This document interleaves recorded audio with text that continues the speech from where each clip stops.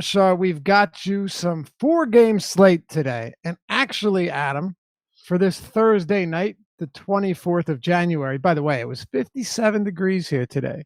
Monday was 8 degrees, the high. Today, 57. Did it rain? Wild world. It poured Okay, all yeah. day. Yeah, same here. And then the sun peeked its head out just to say, fuck you. Yep. And then it went down. So that's the kind of day we had. I'm also pretty hungry, so we were talking about it prior. Get this man to a Snickers. Seriously, I was looking for something. There was none. I had some goldfish, which are delicious, but that only takes you so far, right? I grabbed like 8 tortilla chips. There you go. Right, and one might say, well, you work from home, Laffy. What's your problem? It's a great question, but you must understand, working from home, you can forget to eat sometimes. It sounds crazy. Adam, it is possible. Yeah, I do it a couple times a week where like I'll go to eat dinner and it's just like, what did I have for lunch or breakfast? It's the first meal of the day. I know. My 3 meals sometimes start at 3 p.m., then 6, and then I have a meal at like midnight. Yep. No joke.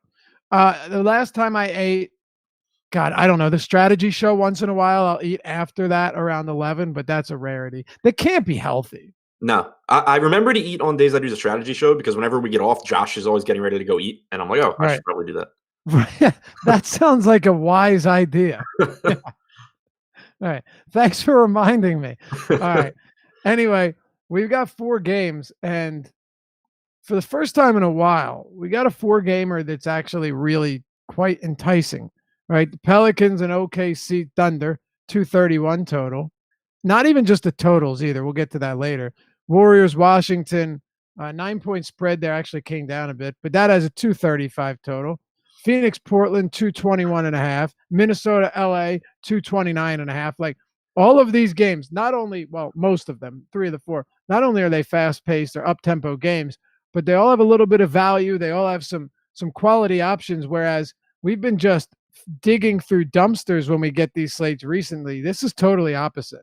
Yeah, and I think this is an interesting slate too, kind of unique in that all 4 games are appealing. All 4 games have teams where the production is concentrated to a kind of core group of guys, and at least 3 of the 4 games have one team that is significantly better than the team that they're playing against.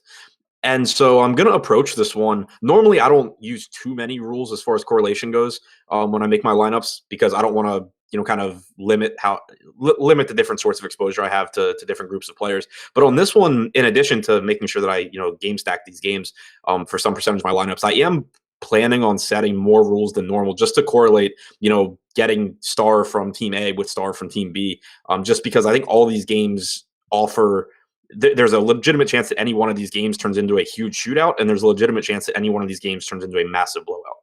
Right. So just for the viewers out there that may be trying to get a deeper look into what you're saying, you're talking about groups on Fantasy Cruncher? Correct. Yeah. Yeah. Right. Just, pairing, just to use as an example, preferring to have Lillard or McCollum in my Devin Booker lineups and vice versa, as opposed to normally on slates. I don't really care all that much because it's just kind of a nominal thing. But here, where I think any one of these games could just be the highest scoring game of the night, and really any one of these games could just be a game that's over at the end of the third quarter, I kind of want to just maximize my upside that way. Right. And there's also, of course, the grouping where you can, excuse me, where you can do, obviously, at least, at most, this and that, but where you can, if you're playing this and this, you're not playing this. Now, right. Are you going to be doing that as well? Are you going to be setting limit rules on this? Yeah, I mean, I always set limit rules to make sure that I'm not playing, anyone with their direct backup, like a Quincy AC Dragon Bender situation or something like that. Normally, I don't do too much in the way of saying, though, if I get this guy, I want this guy from the other team, because sometimes it'll force you into having like no Devin Booker with Karl-Anthony Towns. Yeah. Right. Yeah, or some of those players from the other team are being forced in, and it's suboptimal because they're really bad players. Right, exactly. Yeah, that can be the mistake you make. Like, you always look through those teams and say, okay, I like the idea of this. Happened with football with me all the time. Like, I like this, but stacking this quarterback with the tight end receiver and then a receiver from the other team or a tight end from the other team, like in this case, I don't want to do that. And what's kind of cool is on Fantasy Cruncher, you can actually exclude certain teams from a certain rule, Right. which is also nice. Anyway, let's get into it here. We've got 4 games, and we'll start with Golden State and Washington. In Washington, D.C., they are, believe it or not the heaviest dogs or the biggest dogs in this slate. They're 9-point home dogs. Warriors favored by 9 on the road, 235 total. Josh and I actually discussed this a lot earlier. Bradley Beal at 8,900 versus the Warriors, generally speaking, would look pretty good. But how do you approach this when Curry's 9,100 on DraftKings? Drew Holiday, without Davis, without Mirotic, is 8,200. Devin Booker, 7,500. Meanwhile, Booker on FanDuel is 83, and Drew Holiday's cheaper than Bradley Beal. So you do have much to choose from here, and I haven't even gotten into the less expensive options at shooting guard. Yeah, Stratford and I talked about it on the podcast too. It's a perfectly fine spot for Beal. It's a pace-up spot for Washington. He obviously is the number one option on this offense. He's doing everything. He's playing huge minutes.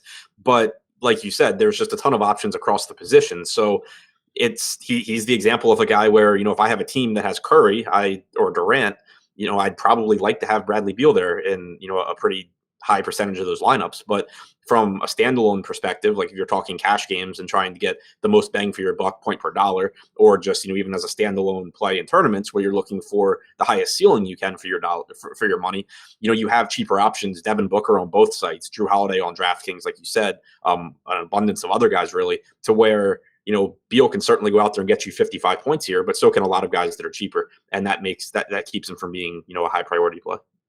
Right. That's kind of how I feel as well. It's unfortunate, but what are you going to do? You kind of have to you got to take a stand somewhere.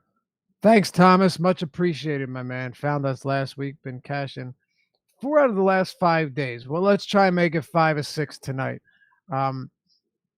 Dude, I'll tell you, Cantor really hurt me yesterday, though. He really, Yeah. I mean, what a joke. Yeah. I had a good night last night, but so did I, and I still had Cantor. Yeah, exactly. It's frustrating on one hand. On the other hand, it's nice to profit when you have like a 30-year lineup take a 0. Yeah. It's frustrating though, given that there's no reason he should have had a 0. Like I'd almost have rather him got injured. You know what I mean? Because then it's like, what are you going to do? Whatever. Yeah. Water under the bridge. And you're right. It turned out much better than it should have. So that's a good call.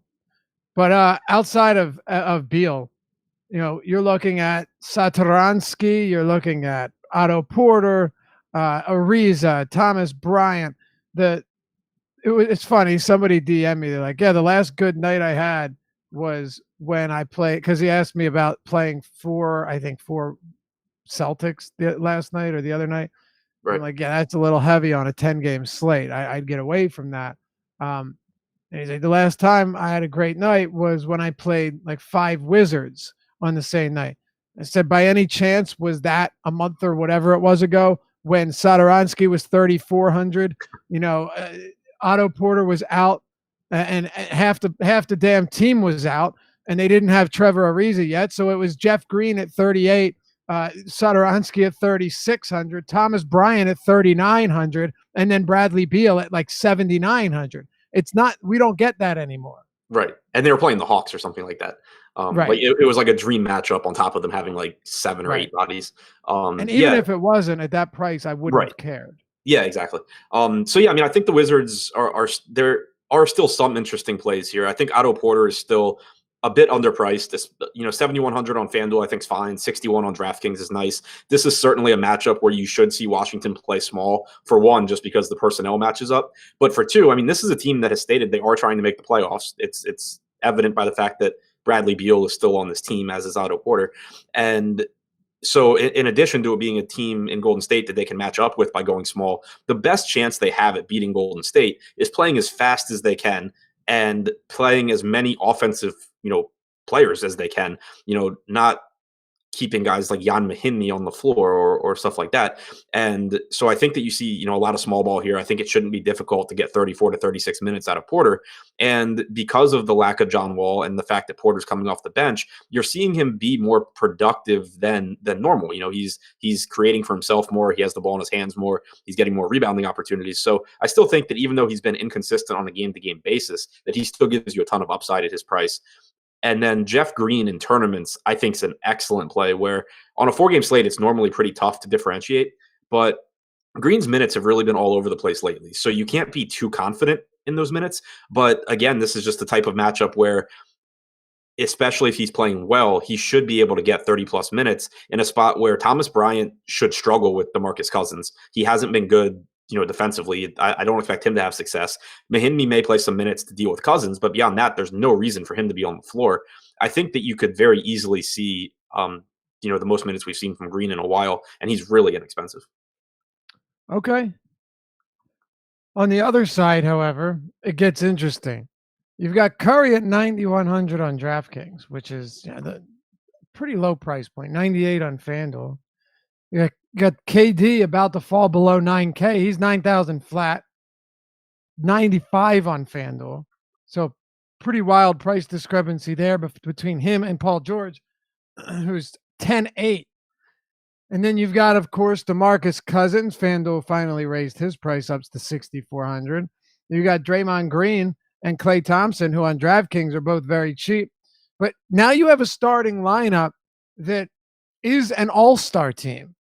Like this starting lineup is an all-star team, which begs the question, how much is the ball going to be distributed? And how much effect is DeMarcus Cousins going to see now that he's in his third game? He played 15 minutes, fouled out, 21 minutes. Do we get 25 minutes from Cousins today? Do we have I haven't seen – no, sorry. Go ahead. I haven't seen anything official other than Cousins did say that his Achilles feels fine. He said that his legs get tired from playing, but that the injury is fine, that he intends on playing more minutes each consecutive night, and that as his minutes do get ramped up, he will pay more attention to not fouling out of games. Is that what he said? That's awesome. Yeah. But I have him around 24, 25 tonight. Yeah, so do I. And maybe it's only like 4 or 5 additional minutes to what he's seen last game. But every additional minute or two for Cousins definitely influences this team, because I would expect, I said this morning, I would expect Cousins going forward to have a usage rate around 27%, maybe 26%. You'd love it to be higher, but there really are so many mouths to feed, and there's only one basketball. But that's a lot higher than Kevin Looney's 8% usage rate or whatever it was. Right. And so in addition to DeMarcus Cousins being there, this also coincides with Steve Kerr changing his rotation, I guess 5 or 6 games ago now, to where Steph and Durant are playing all of their minutes alongside of each other. And Klay Thompson is playing with Draymond Green with that second unit. So you already have Durant and Curry taking a hit in per minute production for that reason. Durant's averaged 1.25 fantasy points per minute this year alongside Curry. Curry 1.35 alongside Durant, whereas they both average 1.5 fantasy points per minute without the other on the floor. So already taking a hit there. Then you're adding DeMarcus Cousins to that, which isn't going to help them on a permanent basis, you wouldn't think. But Cousins is also being staggered with that second unit, so he's also affecting the Klay minutes, where Klay was becoming a monster playing with that second unit, by himself. Now he's out there with DeMarcus Cousins, which has an impact. So it really does. It's still hard to project exactly what to expect from these guys, but it certainly shouldn't help them on a permanent basis. And the change in rotation is detrimental to Durant and Curry as well. Right. So while you look at these salaries, normally be like, oh my God, that's crazy. We still have to factor in how you look at the rest of this slate. So let's do it real quickly, because otherwise we're not doing anybody any good. Right. Individual analysis is important, but when you're just viewing a player's value or his nightly worth in a vacuum, it's not helping. So we've got Westbrook, we've got Karl Anthony Towns, who we know has a 75, 80 fantasy point ceiling. Like there's really no debate there, and he's been outstanding. You've got Paul George, and then below them, because this matters too, you have your Holidays, your Beals, Nurkic, Julius Randle, Devin Booker, a lot of plays on a 4-game slate. So where do Curry and Durant fit into this equation? Right. And also, I think, worth pointing out because Washington has been such a great matchup all season long, but it's worth pointing out that over the last month, and this is basically, the time period without John Wall, they've been much better defensively. They're also playing much slower without Wall out there. So it's not the same great matchup that it was. Like for the season, Washington's been the second worst team defending the 3-point line. Over the last month, they're in the middle of the pack. It's not that I'm scared of this matchup for Golden State, but it's not the same, track meet Washington team that it was when John Wall was out there earlier in the year. So I'm paying close attention to ownership on these guys. And while I think that I think Durant's a better cash small forward than Paul George is because he still gives you a really high floor. He's Right. underpriced. But when you're talking about ceiling, if he's going to come in at high ownership, and I feel this way about Curry as well, it's not that I'm questioning that that one of them can go out there and have a monster game. It's just that I think the likelihood of it happening is probably lower than the field is going to give it credit for if he's really highly owned. Um, so in tournaments, I am paying close attention to that. Like, I don't think you're taking a big hit going from Curry to a Drew or to a Booker, or going from Durant and just saving some money and getting to like a Brandon Ingram or someone like that in tournaments if they're going to be highly owned. Right. No, I'm with you. I'm with you. And it all comes down to, do you like them better than this player, or do you like them better than this player? And there are a lot where I'm saying I like them, but they're not like. The reason it's so difficult is because yes, they're very inexpensive given what we normally expect from them.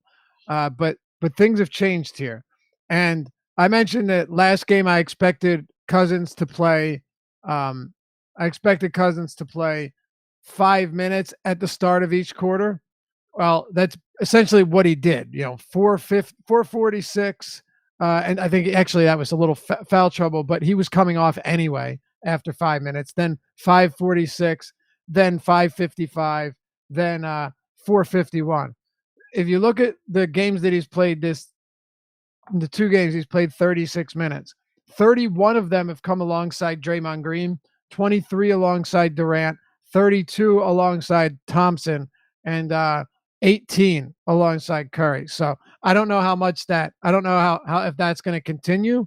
But what I can say is that I wouldn't be surprised again to see him play 6 minutes at the start of each quarter and finish around 24-25 instead of 5 minutes at the start of each quarter and finish around 20. Right, and that's what I'm expecting, and it like I was saying earlier with the rotation, as far as like Clay goes, Right. it just hurts everyone because he's playing some minutes alongside all of those guys, and you just assume that they're not going to be as productive playing with Cousins on a permanent basis. Right. So where do we prioritize guys like Dre or Clay? And I'll throw Cousins into the mix too. I don't have any of them as priorities. I think that, obviously I will be game stacking this game. This game has a great chance at being, a very appealing game overall. But as far as standalone plays, I just have guys at every position that I like more. Cousins, obviously, as the minutes increase, he becomes more appealing, but he's still projected for really high ownership. And it's still really difficult to play a guy at high ownership with an almost $6,000 price tag if I think he's going to play 24 minutes, because he can only produce so many points per minute and he can only play so many minutes. And so it just makes it really difficult.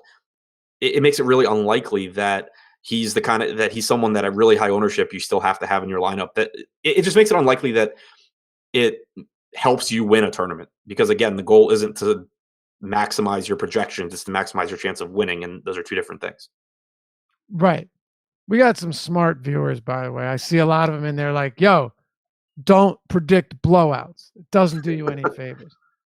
Really, if you want to predict a blowout and you really think it's going to blow out, I mean, some games, sure, more likely than others. The big thing though, Adam, is if you have a bench player that you expect, you're hoping gets like blowout run, a lot of times you're talking about 3 or 4 additional minutes. And if you're talking about a 6-man or viable guys off the bench, they actually lose run in blowouts because their second half rotations are shortened or cut off altogether. Right. Like a good example of that is because, for one, you obviously want to actually project the entire game if you are going to take that stand. But like the other day when Cleveland played at Denver, I actually went ahead and projected that game to essentially be over at the end of the third quarter. And I went back and I projected the rotations to be what Cleveland had been doing in blowouts and what Denver had been doing in blowouts. it's not like I got a bunch of cheap Cleveland guys for that fourth quarter. Like it just ended up being a bunch of guys that I didn't want in my lineups. It's not like these bad players end up being good plays very often when their team's getting smashed or vice versa. Agreed. GQ says you should predict blowouts in all caps. All right, dude. No, we don't even have time to get into it. But another thing too is like, okay, you do predict a blowout. Well, if they blow the other team out, then who is responsible for that? I mean, there's just so many ways that trying to predict blowouts and base plays around that get you into a heap of trouble. Not to mention that a lot of those blowouts, a game may finish if there's a 13-point spread. They may lose or win by 14 points, but what if that comes in the latter half of the fourth quarter and they run away with it after 3 quarters? There's just so many variations of blowouts that it doesn't do you any favors. Not to mention everyone sees those spreads. Everyone has the same thoughts. Ownership shifts as games become more likely to blow out as well. So it's not like you're looking at something that no one else is looking at. Like if nobody knew what blowouts were and nobody looked at Vegas lines, then by all means you could gain an edge by being underweight on guys that are in likely blowouts. But if anything, you see ownership really low on the stars in blowouts, and if the game stays close, they win you a tournament. Right. By the way, I'm ITMR. Adam and Laffy should debate Eddie on camera. Is Eddie about predicting blowouts? Because I would do that. I would definitely have that debate. That would be enjoyable. So Kevin Foley says these guys are mass entering. I don't sometimes, but no, I do, but what's the difference? Yeah, I don't know. I mean, I didn't always. Whatever. I still didn't. Yeah, I don't know. I wrote an article a couple years ago on why it was stupid. I don't know if I still have that saved, but if I do, I'll look into posting it on the site. Yeah, not to mention certain teams I've told you with Steven or with Brad Stevens, that is one team where I might take him into consideration a little more because Irving could really only play 24 minutes.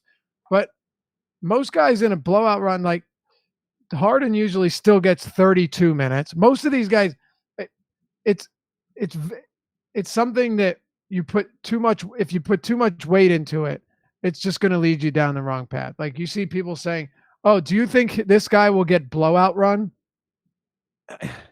I'm not going to play a guy that never gets minutes or gets this small amount of minutes hoping. So now you have two things that need to go perfectly right. You need him to actually be decent when he's bad, and you actually need it to blow out so he can even have a chance in the first place. And you need it to blow out early enough that he gets those minutes, like you had said earlier. A blowout with 4 minutes left doesn't really do anything. Right. Anyway, we still love you guys, and we can disagree. We'd have a conversation with Eddie, right? We'd have a conversation about that. Could be fun. But no, that's our take here on the deeper dive, and we stand by it. We're pretty consistent with it, and if you don't like it, that's all right. But I still think we can provide value elsewhere. Let's talk OKC and New Orleans. This is pretty much guaranteed to blow out, right? I was about to say the same thing. Oh, I'm joking. I like this game a lot. Particularly the New Orleans side of the ball. When you take Davis and Mirotic out of the rotation, things open up. Yeah, they become a whole lot worse, but you also see a heap of usage. Let's talk about it. 231.5 total. Start with whatever team you want. Yeah, I'll start with the Pels. Obviously missing Mirotic, missing Etuan Moore, and missing Anthony Davis. So missing 3 of their regular starters, going up against the fastest-paced team in the league. Oklahoma City clearly is the better team here. This clearly could be a game where New Orleans just gets their asses kicked. But if it's not, there's going to be a lot of good plays from this team. And that's another reason, why I was saying at the top of the show that I feel pretty similarly about all the games on this slate. And so I'm going to focus, heavier on correlating within my lineups tonight. But from the New Orleans side, you have Jahlil Okafor, who's been very good in his 2 games since Davis went down. This is by far his toughest matchup going against Steven Adams. It's a really, really scary spot for a guy like Okafor, whose offensive game depends on posting up and just bullying his opponents. That's probably not going to really fly with Steven Adams. It's really, really scary. I honestly wish Okafor were more expensive so that I didn't have to play him as much as I probably will. But on this slate, it's just a spot where I think I'm going to just kind of have to grin and bear it and hope that he gets his minutes, because as long as if the game doesn't blow out and he doesn't get in foul trouble, he kind of has to play 34 to 36 minutes here. Like the next option is Check Diallo. Yep, That's and not happening. Alvin Gentry hates playing Right. him, man. Yeah, he's tried to make I think it was a year or two ago, he tried to make Check Diallo the sixth man, and that lasted like 2 weeks. He just can't he can't stay on the floor even when Gentry tries to give him a chance. So Okafor should get the minutes here as long as he doesn't get in foul trouble or a blowout. And the price tag is just still too cheap for a guy who's averaging a fantasy point per minute this season. Beyond that, you have Julius Randle, who now, again, assuming a competitive game, it becomes really difficult to project him for less than 36 to 38 minutes with no Mirotic and with no Davis.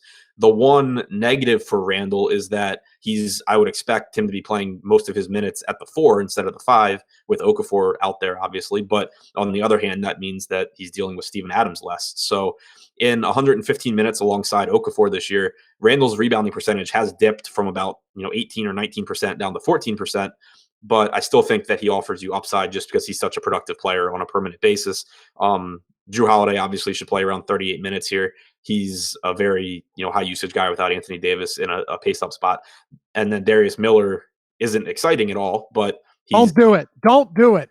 You did it last year, and you're going to do it again. Go ahead, though. He's going to play like 36 minutes at 3,300. I know. I know. I know. We had the same conversation this morning. Yeah. I mean, you have to enjoy self-harm if you're playing Darius Miller. But yeah, so I mean, I haven't crunched lineups yet. I think there's a very good chance he ends up in them. I really, really hope he does not. It's a great way to put it. Yep. Whether it's like a Corey Brewer or a Justin Holiday, you're going to get a lot of that. The thing with Miller, if you go back to his game logs from last year, right? Because we can actually glean something from this. Granted, Davis was in for most of them, but you go back last year and look at Darius Miller, because you remember he went on a long stretch there. You actually got on Miller early, and I think we both got like the one decent game he had, and then probably played him a couple of other times, and it worked out really poorly. Yeah. But when you talk about a guy that is just completely incapable of contributing counting stats outside of the three-pointer, Darius Miller is that guy. Like 100% is no that question. guy. I mean, the one thing, like if you're going to look for something appealing with him outside of the minutes, it's that this is a game where the Pelicans are probably going to be, having to keep up points-wise, and Miller is the best three-point shooter they have. He's going to play huge minutes. Like he should get plenty of opportunities relative to what Darius Miller is capable of getting. Right. And the pace of play here should benefit him, right? Like you should see a lot of opportunities from beyond the arc. The question is, will he hit them? And if he does, because you're going to want like 15 real points from Miller. I just don't see any other way he can get you to like 25. Right. And even that's tough. Yeah. If he were even a little bit more expensive, I would be like backpedaling pretty hard, but it's just that 3,300 on DraftKings, or I'm assuming 3,500 on FanDuel. 3,500 on FanDuel, like basically the absolute minimum. It's just so hard to find guys that are actually going to play that many minutes. No, totally agree. I mean, it's ugly, and I kid at the beginning, say don't do it, because this was a big conversation we had last year. But hey, if you're getting 32 minutes from him, maybe more, you're just hoping that he's not awful. Seriously, right. That's it. When it comes to Randle, I was thinking about this earlier. Think about the matchups here, because Randle is when it comes to bully ball, Randle's real good at that, right? If you put Jeremy Grant on him, mind you, Julius Randle's not a 7-footer, but he's 6'9", he's 6'9", 250. This is a thick fella, okay? And seriously, if you've ever watched him, you've seen him. He's talented. He's got some versatility, but there's no question, like, he likes to bully smaller players. He's got 30 pounds on Grant and 30 pounds on George. I think it's a pretty decent matchup for Randle. You pointed out Okafor and Steven Adams, but Randle should have the advantage here. Yeah, the only reason I'm concerned about it is that I agree. Like, I'd rather him be matched up with Grant than with Adams. The other thing, though, that concerns me is that Okafor is not like pulling Steven Adams out of the paint. He's not getting away from the basket. So it could just kind of get congested for Julius Randle as well. That's possible. It's definitely possible, and if that's the case, it could end poorly because he takes almost all of his shots from within 10 feet of the rim. But I still think, given all of that, that the opportunity is undoubtedly going to be there for Julius Randle. Yeah, I mean, And when I initially gave him like 38 minutes, he jumped to like a 52-point projection. I went through and edited some rates there to account for Okafor and got him down to like 40 something, like low 40s, and I'm pretty comfortable with that. yeah, and yeah, that's very reasonable. I thought you were talking a lot less, but Yeah. the thing, like 78 on DraftKings is it's tough to pass up, real tough. Yeah. Um, What do you make by the way, I agree with you on Drew Holiday. What do you make of the elf? Whatever I get, I get. I think for one, it's going to be site dependent. FanDuel point guard is there's not as many favorable point guards because for one, all those shooting guards are shooting guards, and for two, like Rajon Rondo is 6,500, whereas Elf is 5,700. So I think that I would get to more Elf on FanDuel than on DraftKings, where Rondo is less expensive, assuming Rondo is going to play. And then you also just have a myriad of other point guard options because you have Devin Booker, you have whoever else is shooting guard, point guard eligible. Yeah, agreed. So Alfred Payton just has not been good. Like, it's been a rough go for Alfred Payton since returning, but I mean, he's gonna see some ball handling duties here. I probably no, I didn't say Okafor is 6'9". I said Randall 6'9". Uh, the New Orleans, you're missing two key players here, so you're gonna have to move the ball somehow. I do find it interesting though with Okafor and Randall out there. You definitely have a good point, and could it congest it? It definitely could. If Randall was more expensive, then I would be a little bit Yeah. concerned. What about the other side of this with OKC? Obviously, a really good spot for Westbrook and for George. Westbrook again. I think he's a good, obviously really good play regardless. I think he's a better play on FanDuel because there's just fewer really quality like underpriced point guard options on FanDuel than there are on DraftKings. But he's seen his usage go up a little bit over the last month, up to 32.8%, still averaging just shy of 1.5 fantasy points per minute. Fast-paced Pelicans team that, while they have been relatively good in terms of rim protection over the last month, there's no way that you expect that to keep up with Anthony Davis out and with Jahlil Okafor replacing him. So I think it becomes a more appealing spot in that regard for Westbrook, who ranks fourth in drives per game this season. Just a really good spot, even though the individual backcourt defenders on the Pelicans are good, especially Drew Holiday. But these teams just play so fast that I don't worry too much about individual defenders. I care more about an overall team defense, and the Pelicans really have not been good this year, and Davis being out should not help at all. So really like Westbrook. I like George a lot too. If you were going to look at individual defenders, he's in the much better spot there, dealing with some combination of Darius Miller and Solomon Hill, whoever else.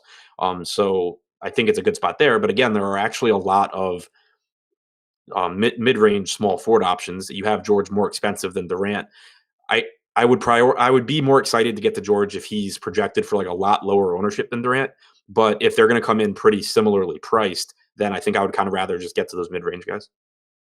Or sorry, similarly owned. I'd rather get to the mid-range guys. Right. I agree with that. Andrew says, let's talk about the one thing that matters on this slate. Is Clay going to shit all over us again for 45 plus, overlooked as usual? I hate that dude for DFS, literal coin flip. Yeah, I mean, he is a tough guy to predict. And now that Cousins is in the rotation, potentially playing 25 minutes, it's even more difficult. If you're single lining, playing a single lineup, or you're three maxing, I think it's tough to get to Clay here. But aside from that, having some exposure to Clay definitely makes sense. But no, he's coming off a 17 for 20 shooting game, 10 for 11 from three. I would look at this as one where, could he do it again? Sure, but not a priority here either. But yeah, Clay's a complete wild card. Anything else for OKC before we move on? I think Jeremy Grant's underpriced, especially 5K on DraftKings. I'm not really sure why his price is going down. He's playing 34 minutes a night. Again, it's a really appealing matchup here against OKC. So I think that he's a perfectly fine, kind of value play that you can get to. I like the spot for Steven Adams against Okafor. The problem is just that there's a few centers that I really, really like here. And Adams normally doesn't give you that monster ceiling that guys like Nurkic or Towns do. So there is pretty significant opportunity cost to going to Adams. Right. All right. Let's talk about Phoenix and Portland. We've got Portland 8.5-point favorites on the road, 221.5 total. Dame says he's going to play. Yeah. So there you have it. It looked like it was a good chance that he wasn't going to, but he's got that bum hand and he's going to play, which means you don't have to worry about jamming in McCollum or Seth Curry, which probably makes everyone's lives a bit easier. The center, despite only 4 games, definitely has some depth. But let's talk about Nurkic for a second. The guy's been fantastic, and you continue to get it. He has been the recipient of some really bad luck in one sense, but it's good luck if you've identified it. Terry Stotts is not just cutting his minutes short. If you were to scroll through his game lives, you'd be like, man, his minutes are all over the place. But had it not been for games that weren't competitive at all or foul trouble, he's getting 30 plus minutes a night. And that's really all that matters. He's 8K flat on DraftKings against a Phoenix team that is starting Dragon Bender at the 5. We'll talk about how we actually rank Nurkic alongside the other centers.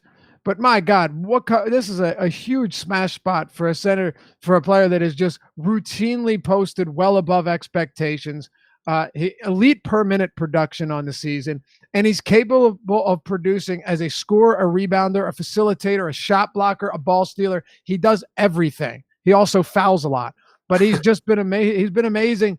8K is one of the most egregious price points you'll see all year. Yeah, I mean, for the season, he's averaged 1 1/3 fantasy points per minute. Over the last month, he's up to 1.42 DraftKings points per minute. He has a 20-plus usage, assist, and rebounding percentage over the last month. And to put that in the context, as you mentioned yesterday, Nikola Vucevic is the only player in the NBA that has done that for the course of the entire season. That's the kind of production we've been getting from Nurkic lately.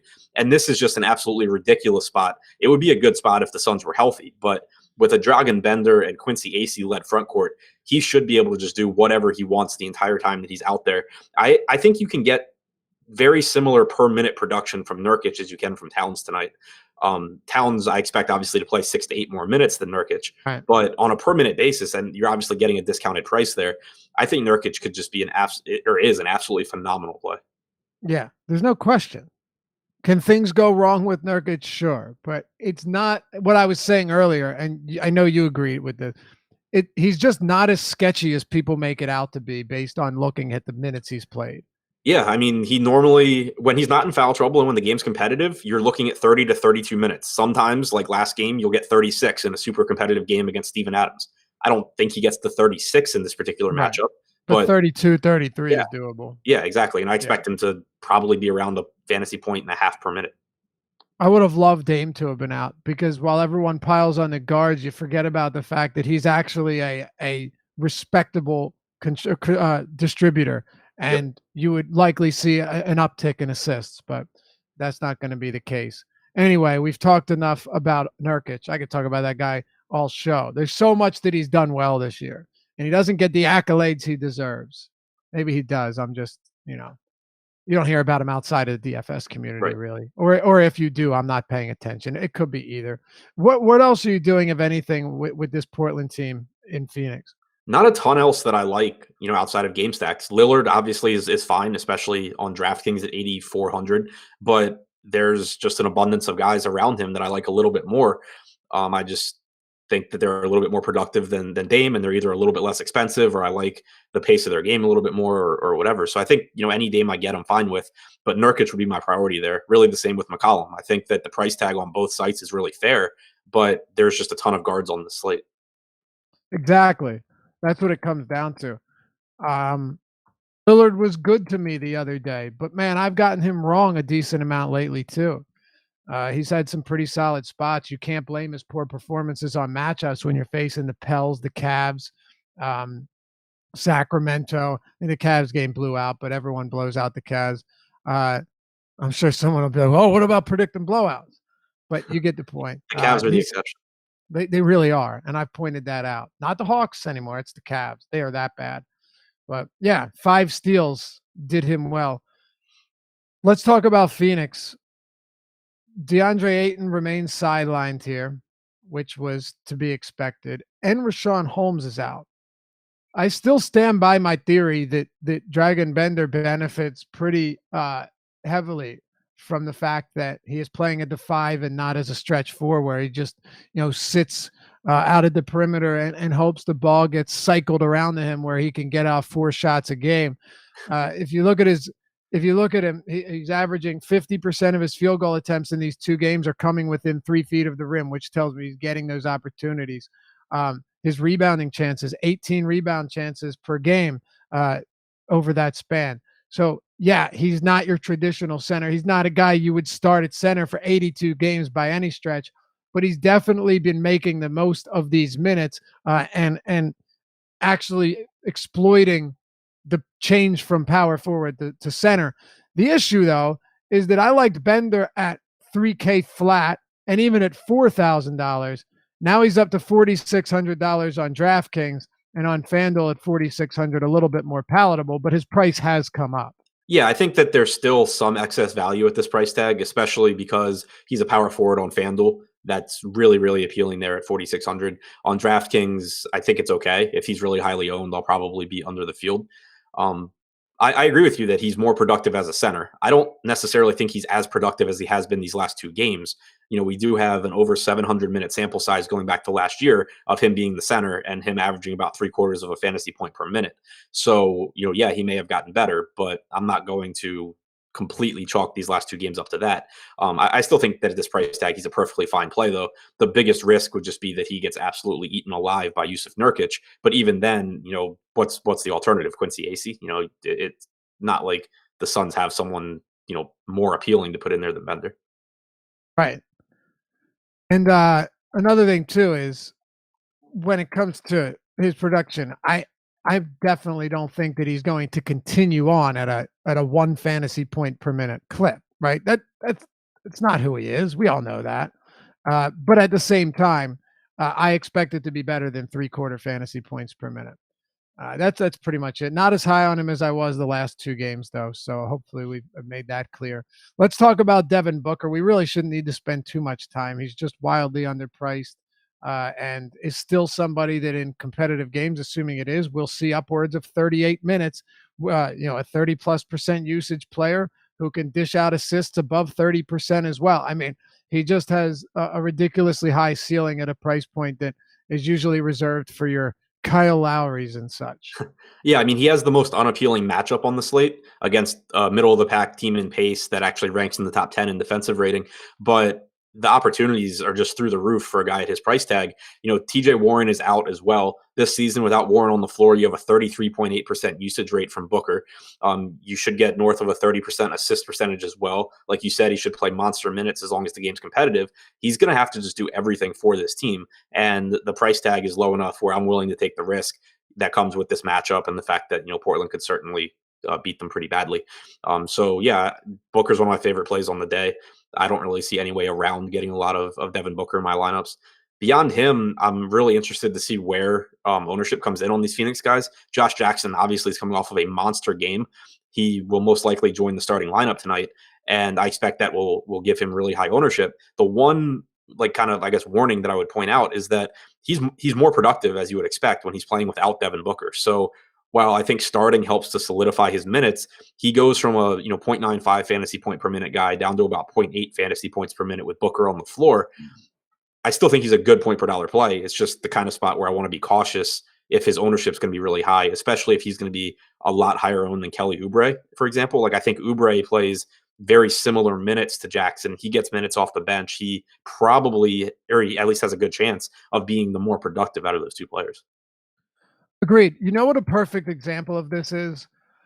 What you just referenced. I'll give you a perfect example.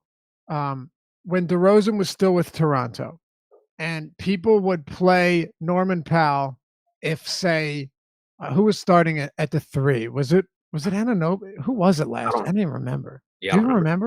remember? No. Okay, CJ let's was say it it was CJ Miles? it could have been. Yeah, let's say it was let's just say it was Miles, right? So Miles is out and Norman Powell starts at the 3. And DeRozan is still out there. And of course, Lowry is too. Norman Powell is as useless as it gets. Take DeRozan off the court, replace him with Norman Powell, and you actually have value. Now, I don't think it's as extreme as a case with Josh Jackson, because Josh Jackson's not a terrible basketball player, but it's a very common occurrence. You see it all the time where just because a guy's starting, you see people jump on him. But if he's not starting in place of the high usage guy and he's starting in place of a guy that basically just stands around anyway, you're just getting another guy that's going to stand around like the guy before him. And also, like, if you're going to compare him to Kelly Oubre at the same price point, who I'm not sure if you agree or not, but I think he's a better basketball player than Jackson. But He sure looked he's like it lately. Plus, you're a right. Wizards fan. You're just riding it all the way out at this point. Yeah, I mean, I love Oubre, but he's a guy who's been very productive since going to Phoenix on a permanent basis. He's staying in his same role for the most part, just playing more minutes. Whereas Jackson's role is actually changing so that he goes to a less productive role. And whenever someone becomes a starter, their ownership just goes up. So to me, if they were projected for equal ownership, I'd rather have Oubre than Jackson. Agreed.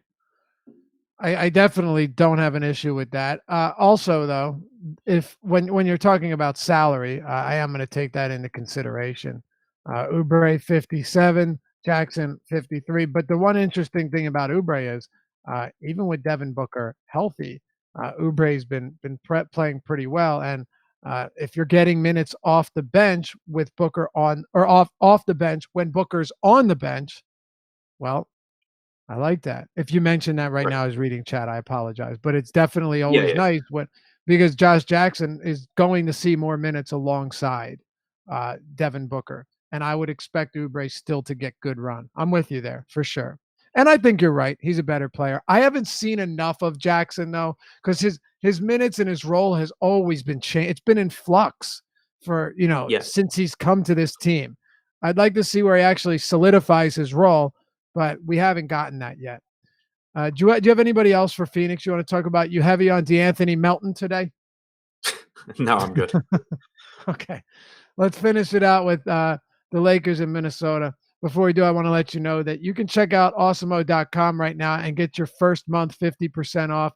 Pretty cool deal we're doing. And it's very easy to sign up. All you have to do is head over to our homepage, awesemo.com, click join now, and select your plan. It'll prompt you to the next page. You put in your info, takes like 5 seconds. If you know how to use a computer, which if you're here, I'm assuming you do. And by using a computer, I mean type a couple of letters and then put in the coupon code. It's Deeper Dive, one word, all one word, Deeper Dive. And then you're good to go. You get your first month 50% off at Awesemo, and you can join us. You can definitely check out the Slack channel as well. We have a lot of fun there and pretty much 24/7 talk with whether it's basketball, baseball, golf. Got a crypto channel. We've got it all. Sports book, soccer, NFL, NASCAR, so much more. Very cool stuff. That doesn't include our articles, our rankings, our projections. What else, Adam? Of course, Alex Baker, awesome. His stuff. And that's why you come anyway, because he's a really good player and he provides content. So, yeah, a lot of really cool stuff there. We'll see you over there. Deeper Dive, one word, 50% off your first month. All right, let's close it out. Lakers, Minnesota. Lakers here, 1-point favorites at home. This game, 229.5 total against the Timberwolves. Let's start with the Lakers and talk about Rondo, because I've had a lot of questions on.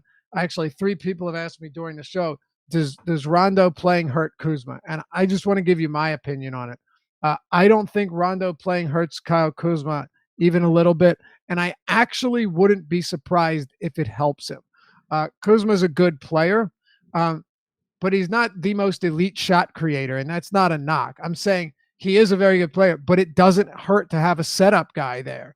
And I like the idea that Rajon Rondo, getting old, but still a very solid passer, is out there to facilitate, to bring the ball up to court, and to help actually orchestrate this offense that otherwise would have been lost with Lonzo out as well. Yes, I think it actually helps him, or at the very least, does not hurt Kyle Kuzma.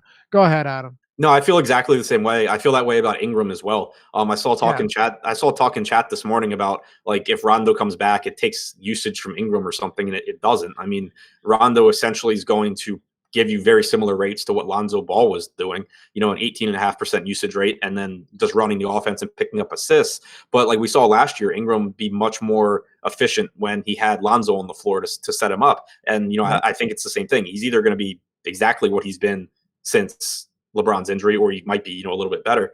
I don't think that Rondo being back has a negative impact on these guys. It should just make the offense flow smoother. It's not taking minutes away. It's not taking shots away. I don't see, you know, any real reason to think that these guys are worse with him out there than they were with Lonzo.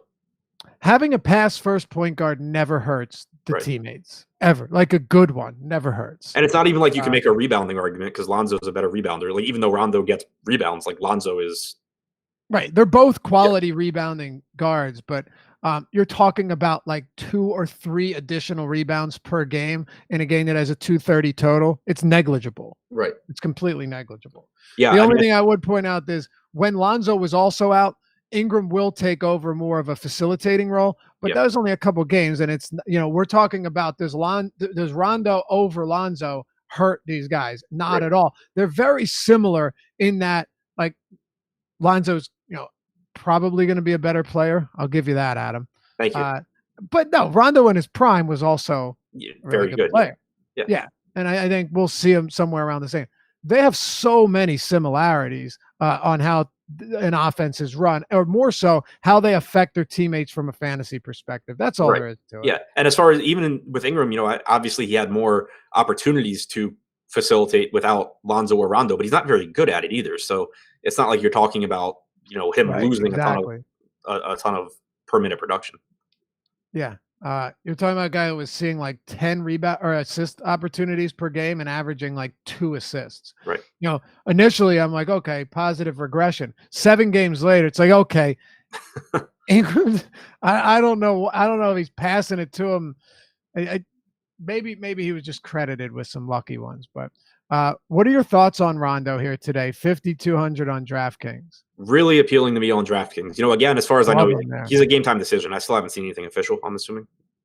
No, I haven't seen anything either. However, what I saw earlier was that Rondo doesn't think he'll have a minutes restriction if he's able to play, which is a kind of weird thing to say. Like, if you don't think you're going to have any restriction, you'd think you'd be leaning more probable.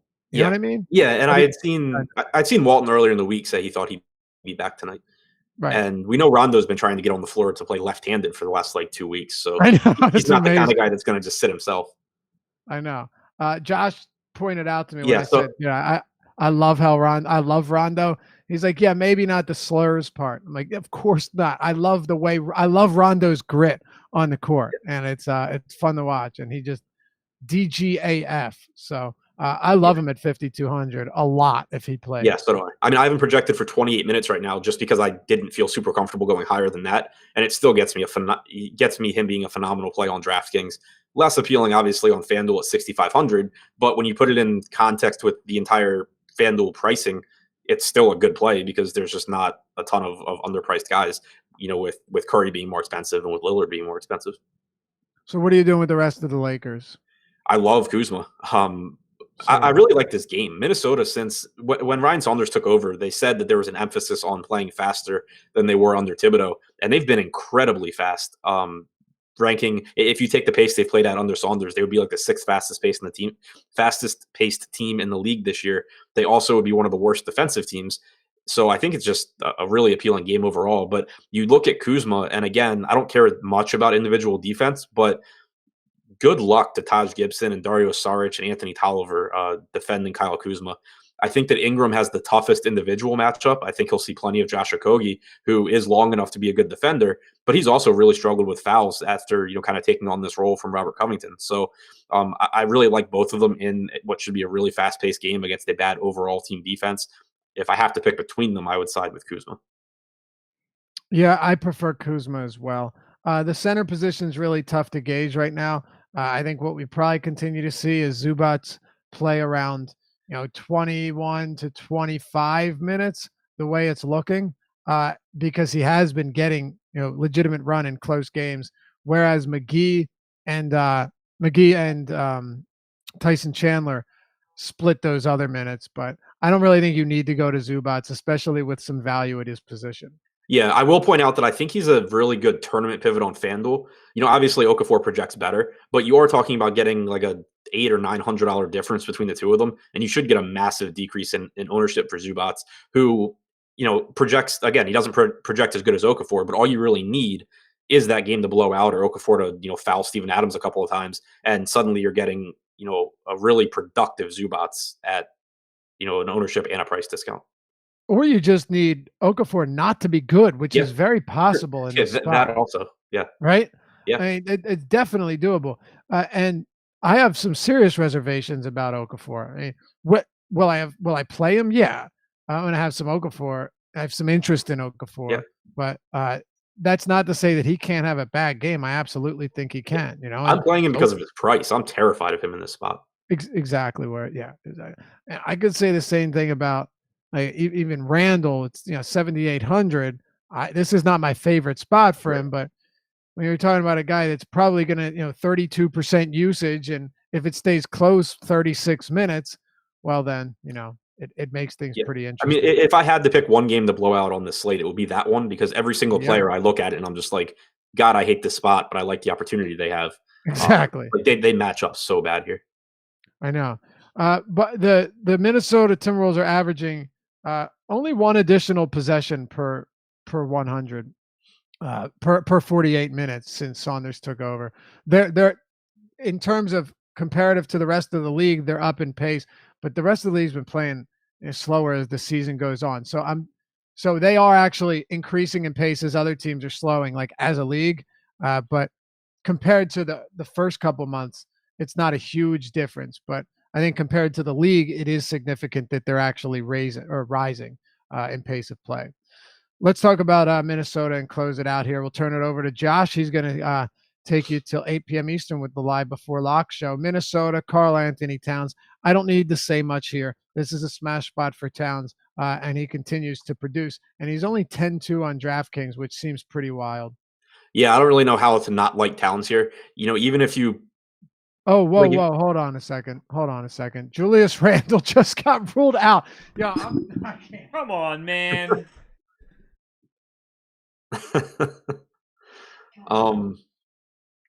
I don't even know what to do with that. Well, okay. Hey, fellas, you want to predict a blowout now? Go right ahead. Shit. Yeah.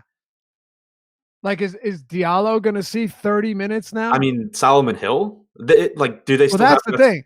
Do they still have Wes Johnson on the team? Yes, they do. I don't think he's played since December, but they have him. They have Diallo. Josh, you and I went over it this morning. Yeah. They have Solomon Hill. They have Wes Johnson. Oh, dude, what a shit show. Wait, where's Omar Ashik when you need him?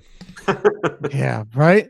The worst part is whether it's Hill or Miller or Johnson, like all these guys are some of the worst per minute guys in the league. Yeah, they all suck. Which is why they don't assume play. Hill for defensive purposes, but God damn.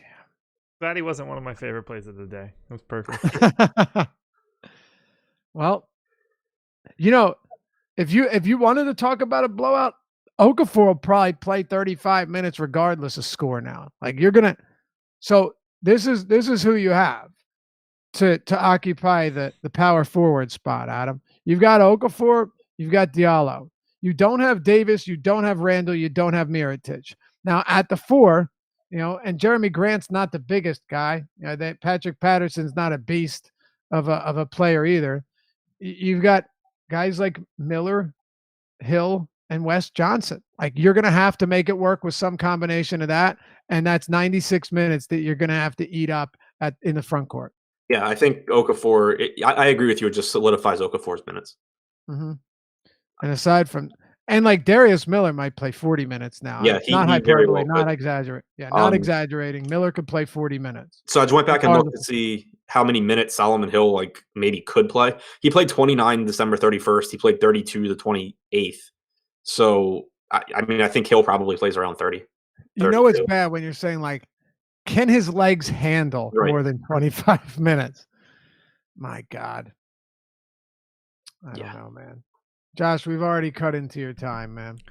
That's fine. I have to So- update this bullshit anyway.